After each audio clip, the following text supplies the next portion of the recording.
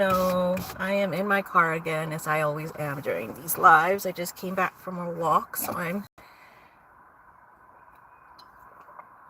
a bit energized, but also a bit tired.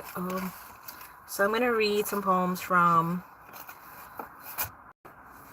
exactly, I guess, 4 years today. So these are poems from 2022, and then I'll read from 2024, exactly 2 years, and then 1 year ago. So this is from this little book. These are 2022 poems. Raw. I feel raw with emotions.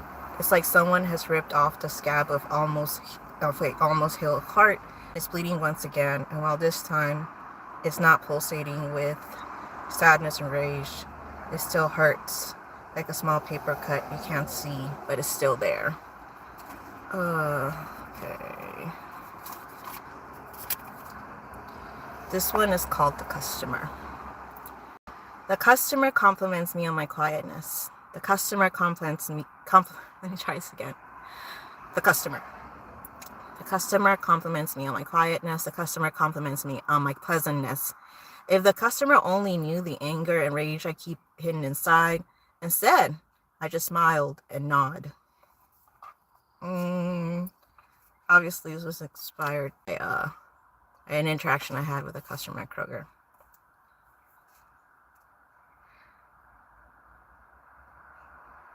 Yeah, that one I won't read. Here's a lovely delusional poem of mine. The prompt was mindless dreaming. I dream of fame and fortune. I dream of interviews with Oprah and lunches with Isabel Allende, and I get caught up in the magic of my dreams. But then my kid or a customer interrupts, and I'm back to my ordinary reality, full of everyday struggles and millennial problems. And this one was an ode to a book that changed my life, and this is a poem for the Dirty Girl Social Club by Elizabeth Valdez Rodriguez. And let's go. Poem for the Dirty Girl Social Club. I finally read a book I felt seen in. I finally read a book that didn't make a Latina a side character, a maid, or a sexy vixen. I finally read a book that addresses the complexity, the intersectionality of a Latina's identity. I finally read a book that changed my life. I think a lot of books with Latin characters tend to be very like stereotyped, and it's just to make me mad.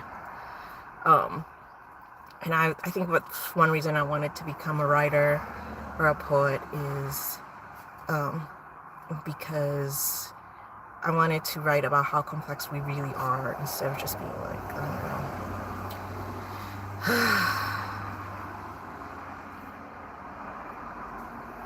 know. Okay, here's another one from 2022, Treasure Chest. Deep inside me is a treasure chest full of wonder, full of splendor. Deep inside me is a treasure chest full of sadness, full of sorrow. Deep inside of me is a treasure chest full of love, full of laughter. Deep inside of me is a treasure chest full of anger, full of hate.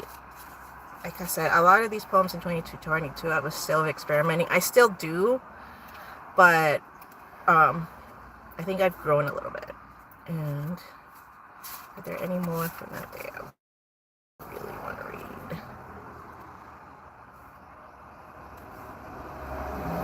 Nah, I think I'm good. Alright, let's move on to this one. This poem is me making fun of myself. Like I said, this one's from when I had feminist quotes as prompts from some calendar my friend gave me, and this prompt was, I came out of the womb looking for the camera angle by Liza Minnelli's Star Child.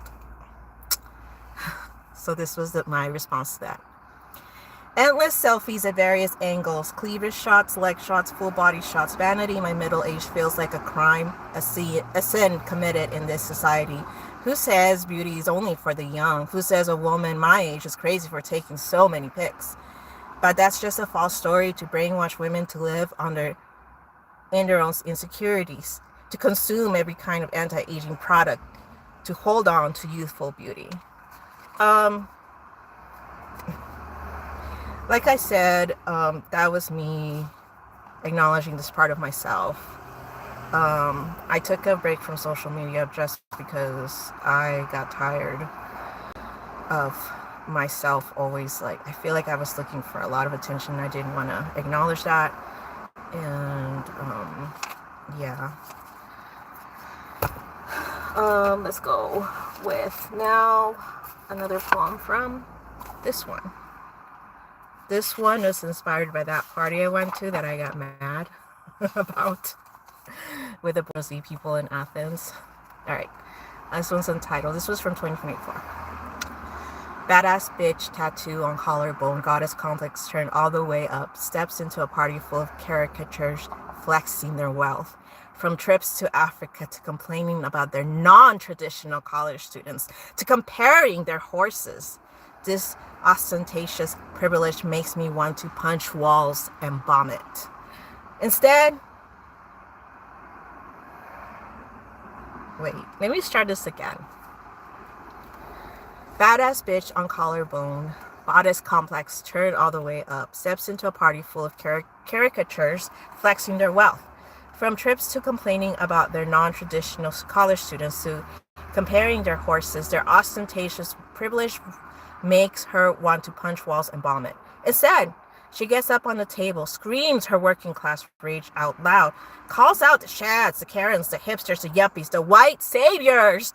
Every zombie in the room flabbergasted and in shock. She laughs and walks away. I think like sometimes you just like feel things while something's happening and you don't know how to process it. And you either write in your journal or you write a poem about it. In my case, I was also working like 12-hour days, 4 or 5 days a week at a time. So I was very angry. And now I'm not so angry anymore. Now I just don't care. Zombies. Okay. Slowly we turn into zombies. We consume fast food, social media, pretty things bought online, shallow compliments, anything, everything to fill the void within. That modern society, capitalism, leaves within us. Oh, I like that poem. It could use a little bit of work. Okay. All right. Like I said, this is a very messy thing. Okay. So now I will do the next poem. It's just nice. This is from. Wait. Let me go. I'm missing one. Did it fall? Oh no, I didn't write anything in that one for this day. Okay, so this is from 2025. It's from the Gospel of Patty from 2025. This one's untitled. Mommy didn't know the day. Hold on. Mommy didn't know the door she opened when she gave me Becker's rhyme 30. Thought I would take solace in the Spanish poet's words and move on. Mommy had no idea that poem was a gateway to inspiration for me to write my first poem at 15 and keep going 30 years later. All right, this next one is mean. And then this next one is too cringe and slightly sexy and disturbing. And then this one I will read. I blame my ADD mommy and my hypersensitivity for my poetic tendencies. I never had the attention span or time to learn to play an instrument or paint. Instead, at 15, I learned to write poems out of the shards in my heart left from a breakup after reading Becker. And ever since then, it's been an ongoing love affair with poetry. One that is a refuge from the noise of this world, one that has been therapeutic when I felt the sky falling on me. And while on most days I still suffer from imposter syndrome, I don't and won't ever let that deter me from processing the wonderful, terrible, and crazy things in my life through poetry. And this one is called, this little, it's not even a poem, it's more like it's a prefix to the next poem I'm going to read. Okay, it's called Rage. Seething rage and jealousy over the boomers from Oconee County who made it work for 77 years. Oh, this one's called Horace and Betty. I read this last year for NaPoWriMo Month on YouTube. Okay, Horace and Betty.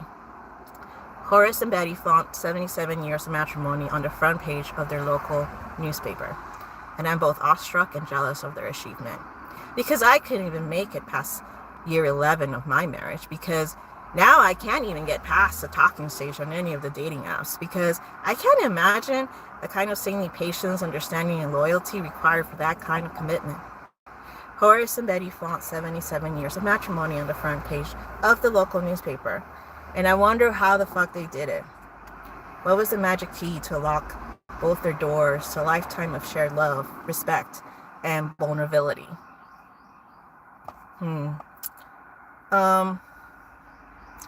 So when I've talked to people that have been married a really long time, like more than 50 years, often the woman will say is that she's learned to ignore a lot of what her husband says when he tries to be annoying.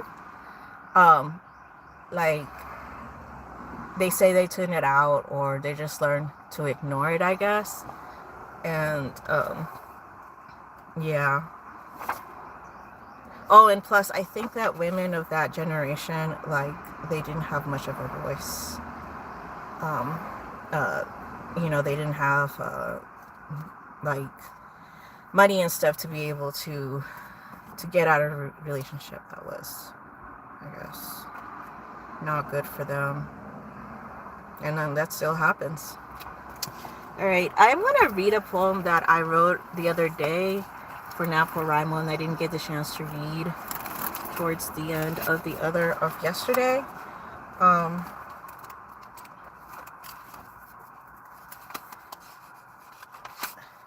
Let me see if I can find it.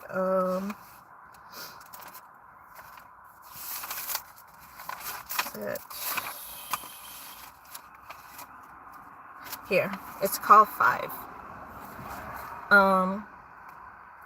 5. Siempre una agrandada, always in a rush to grow up. Placed my older sister on a pedestal with a mixture of awe and jealousy. Got a flair for the dramatic from the telenovelas and 80s Spanish ballads. Could belt out Querida and De Mi Enamórate on demand at only 5. That was also the year I got my first crush on my brother's friend Daryl. I chased that green-eyed boy around the house to no end. Siempre una agrandada, always in a rush to grow up. Thought being an adult, a mujer, was about being glamorous and having so much excitement in my life. No one ever thought to tell me it was also about bills, responsibilities, and other terrible things. And now that I'm an adult, far from the fun and glamorous life I envisioned for myself, I'd rather be 5 again. Yeah. I feel the sirens right now are just for like effect to end this thing.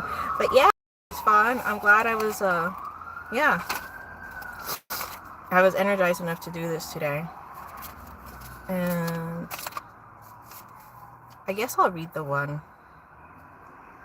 No, I won't read the one that I wrote today. It's very cringe. Maybe I'll read the one another poem that I write today tomorrow. Okay. Bye.